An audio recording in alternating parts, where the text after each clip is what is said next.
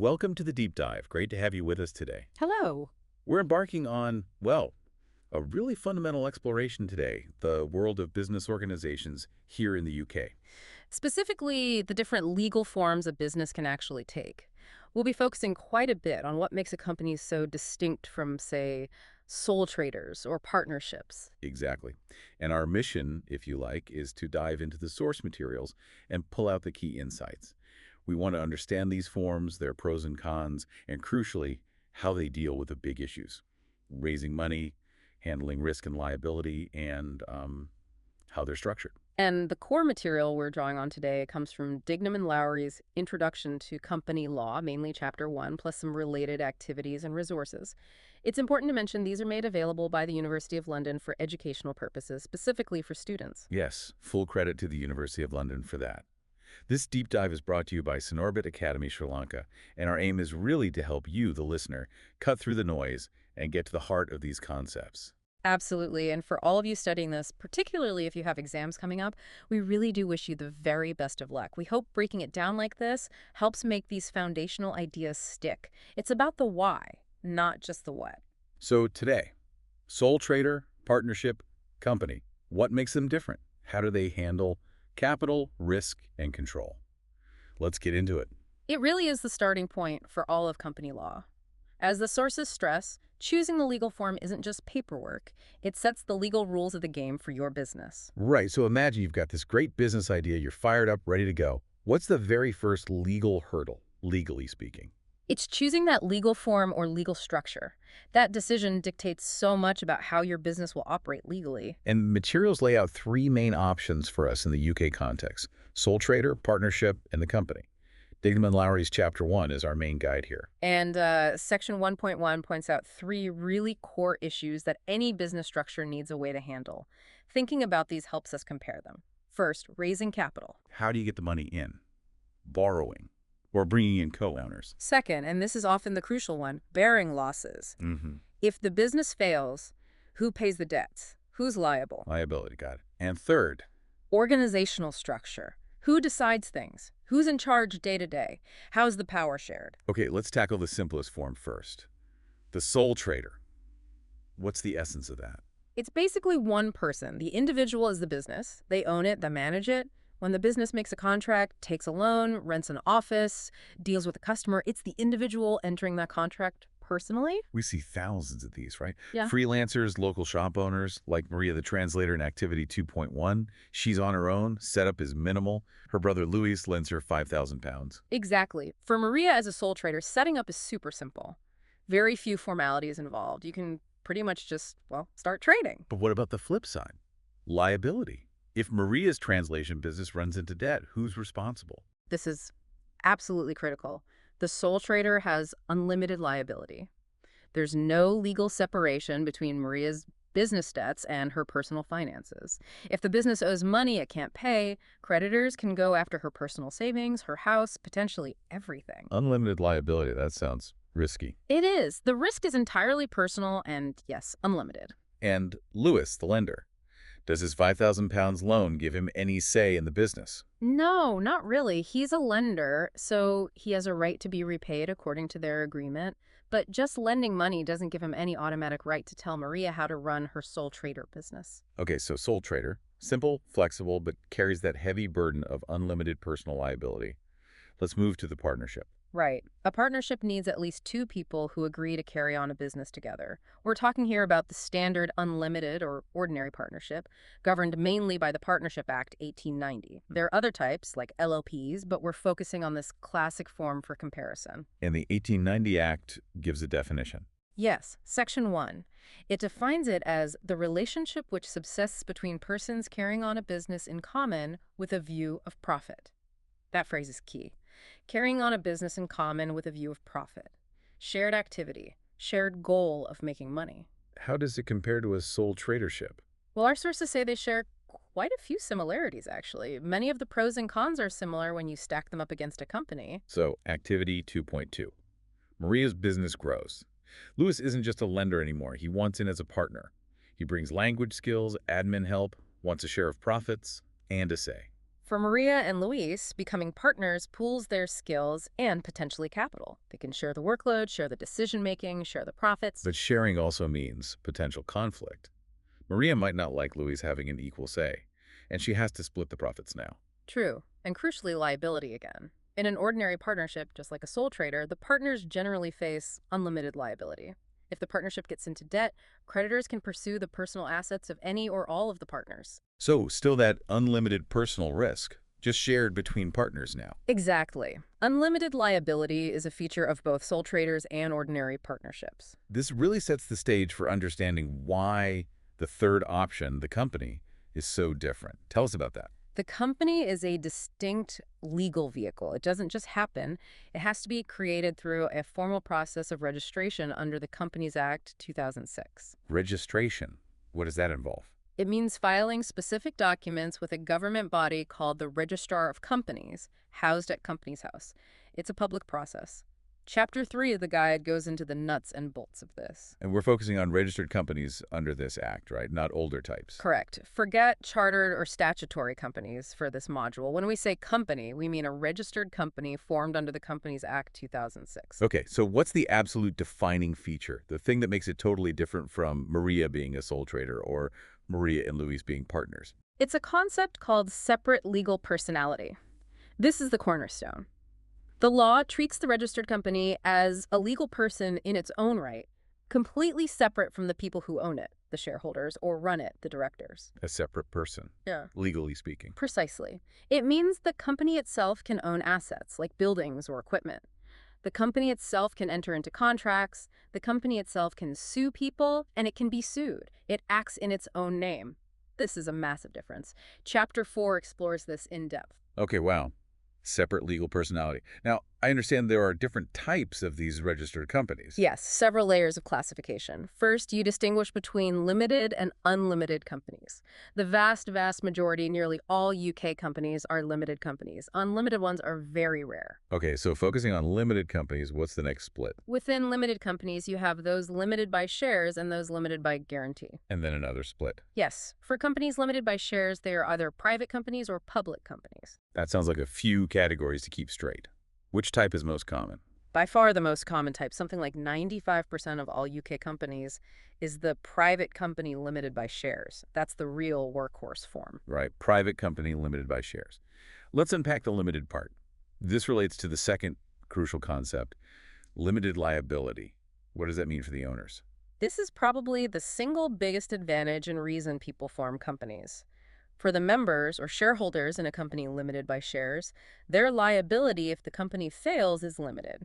If the company goes bust, owing lots of money, the shareholders are not personally responsible for making up the shortfall from their own pockets. So unlike Maria the sole trader or Maria and Luis the partners, their personal house and savings are protected. Generally, yes. The risk is typically capped at the amount they agreed to pay for their shares, which might be fully paid already or sometimes partly paid. It's a huge protection. Limited liability. It encourages investment and risk-taking. And why limited by shares for most businesses, like the hint in Activity 2.3? Well, limited by shares is designed for businesses aiming to make a profit for their owners. People invest capital by buying shares, hoping for growth, and maybe dividends. Limited by guarantee is more common for nonprofits, like charities or clubs, where members pledge a nominal amount, the guarantee, if the organization winds up, rather than investing for profit. Makes sense. Now, the private versus public distinction for companies limited by shares. Dignam and Lowry cover this. The key difference is about access to capital from the public.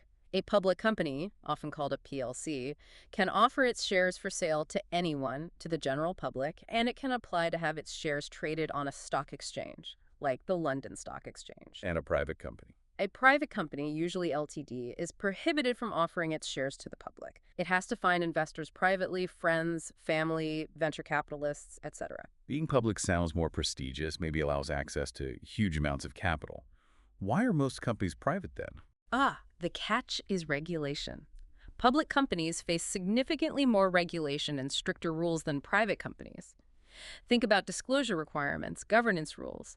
It's all designed to protect the investing public. And that means? It means complying with those rules costs a lot of time and money. So unless a business really needs to raise capital from the public via a stock market listing, staying private avoids that heavier regulatory burden while still getting the core benefits of being a company, like limited liability. Okay, that clarifies the types. Let's bring it back to Maria and Luis in Activity 2.4. Their business is growing, they need 50 pound, they're worried about liability, and Luis might want to leave someday. How does becoming a company help them specifically? This scenario hits all the key advantages. First, liability. Forming a limited company grants them limited liability. Phew. Big relief. Their personal assets are shielded if the business hits trouble. That reduces their personal risk massively. What about raising the 50,000 pounds? Limited liability makes it much easier to attract investment. An investor is far more comfortable buying £50,000 worth of shares in a limited company, knowing their potential loss is capped at that £50, compared to becoming, say, a partner with unlimited liability. So it facilitates capital raising. And Luis wanting an exit strategy. This highlights the benefit of separate legal personality continuity. In a partnership, if Luis leaves, the partnership might legally dissolve. Major hassle.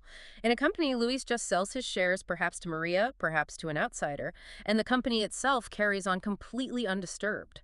The entity continues regardless of changes in ownership. The sources also mention things like floating charges. Yes, that's a type of security over assets that only companies can grant. It can make borrowing easier or allow them to borrow more. We'll cover that in Chapter 7 on debt finance. Plus, companies often have a perception of being more solid or professional, and sometimes there can be tax advantages, though that's complex. And Activity 2.5a mentions the Friedman study entrepreneurs themselves, citing limited liability and easier funding as reasons. Exactly. It confirms these aren't just theoretical benefits. They are real-world drivers for choosing the company form. So limited liability, easier funding, continuity. Sounds great.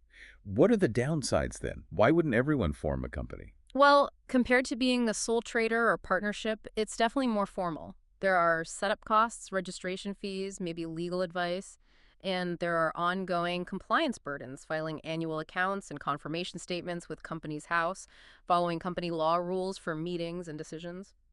It's more complex and costly to run. And more regulation, especially if you ever become a public company. Absolutely, more hoops to jump through. This leads to a really interesting point raised in Dignam and Lowry, sections 1.18 onwards. Is company law, maybe designed with big PLCs in mind, actually a good fit for the typical small business? Yes, the small business question. This is a recurring theme. The argument goes that company law is often built on an assumption of a split between ownership and control, meaning the law often assumes shareholders own the company, but directors manage it on their behalf. So lots of rules are designed to manage the relationship between these two separate groups, like directors' duties owed to the company, ultimately benefiting shareholders. But in a small private company. The owners are the managers, the shareholders are usually also the directors. That assumed split often just isn't there. So rules designed for that separation can feel awkward, burdensome, or just irrelevant for a small owner-managed company. That makes sense. Has the law tried to address this mismatch? Yes, to some extent. The main way is by having fewer regulations for private companies compared to public ones. The Companies Act 2006 did try to adopt a think small first approach in certain areas, simplifying some procedures for private companies. So there are differences in the rules. Definitely. As you go through the module, you'll see specific examples, rules about raising capital, directors' duties, shareholder agreements, protecting minority owners where the law treats private companies differently, trying to ease the burden. And the Friedman article you mentioned earlier comes back here too. It discusses reducing regulation for small firms, the difference between internal rules, owner-manager relations, and external ones, creditor protection, and argues against creating a whole separate legal form just for small businesses, suggesting instead that adapting the private company is the better way. It's a really important debate. Okay, so we've covered the main forms and the big issues. Thinking about Maria and Luis forming their company, how does this map onto the rest of the module journey? Well, this deep dive sets the foundation. Next, as Dignam and Lowry, section 2.6 outlines, you'll dig into the practicalities of formation, how you actually create that company under the Companies Act 2006. That's chapter 3. Then chapter 4 is all about separate legal personality, really understanding its power and consequences. And chapter 5 looks at when the courts might pierce that corporate veil. Then how companies get funded, raising capital, equity finance shares in chapter 6, and debt finance, loans, debentures, those floating charges in chapter 7. Then a big section on management. Who runs the show? The role and powers of directors, Chapter Mm. 9, their crucial duties, Chapter 10, and how you enforce those duties, Chapter 11. After that, you look at the shareholder relationships. How do they interact? The company's internal rulebook or constitution, Chapter 8, and importantly, how the law protects minority shareholders from unfair treatment, Chapter 12. And for larger companies, Chapter 14 touches on corporate governance, the broader systems of control for big public companies. And finally, what happens if it all goes wrong? Chapter 15 covers insolvency and winding up, the end of the company's life cycle. So it's quite a journey covering the whole life of a company. It is, but understanding these initial structures, sole trader, partnership, and especially the company with its unique features is the essential first step. Okay, let's quickly recap the absolute key takeaways from today. We've looked at sole traders and partnerships, noting their key feature of unlimited liability. And contrasted that sharply with the company, defined by separate legal personality and the massive advantage of limited liability for its shareholders. We saw why companies are popular, attracting investment, providing continuity, managing risk, but also the downsides: complexity, cost, regulation. And we flagged that important issue of whether standard company law really fits the small business reality, despite efforts like the less regulated private company form under the Companies Act 2006. Key terms to lock in: separate legal personality, limited liability, unlimited liability, private versus public company, Companies Act 2006. Knowing these inside out is crucial for your studies and, of course, for the exam. Absolutely. And to leave you with that final thought to ponder as you continue through the materials building on what we've discussed, Consider this core question. Maybe frame it as you study each topic. In what ways does company law actually facilitate the small business? And is that facilitation adequate? Does it help more than it hinders? Is the balance right? that's a great lens through which to view the upcoming chapters.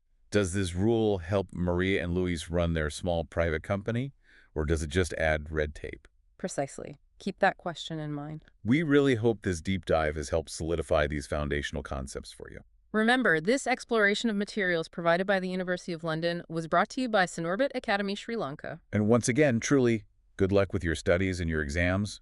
Keep digging into these topics. There's a lot more fascinating detail to uncover. Thanks for joining us on the deep dive. We'll catch you on the next one.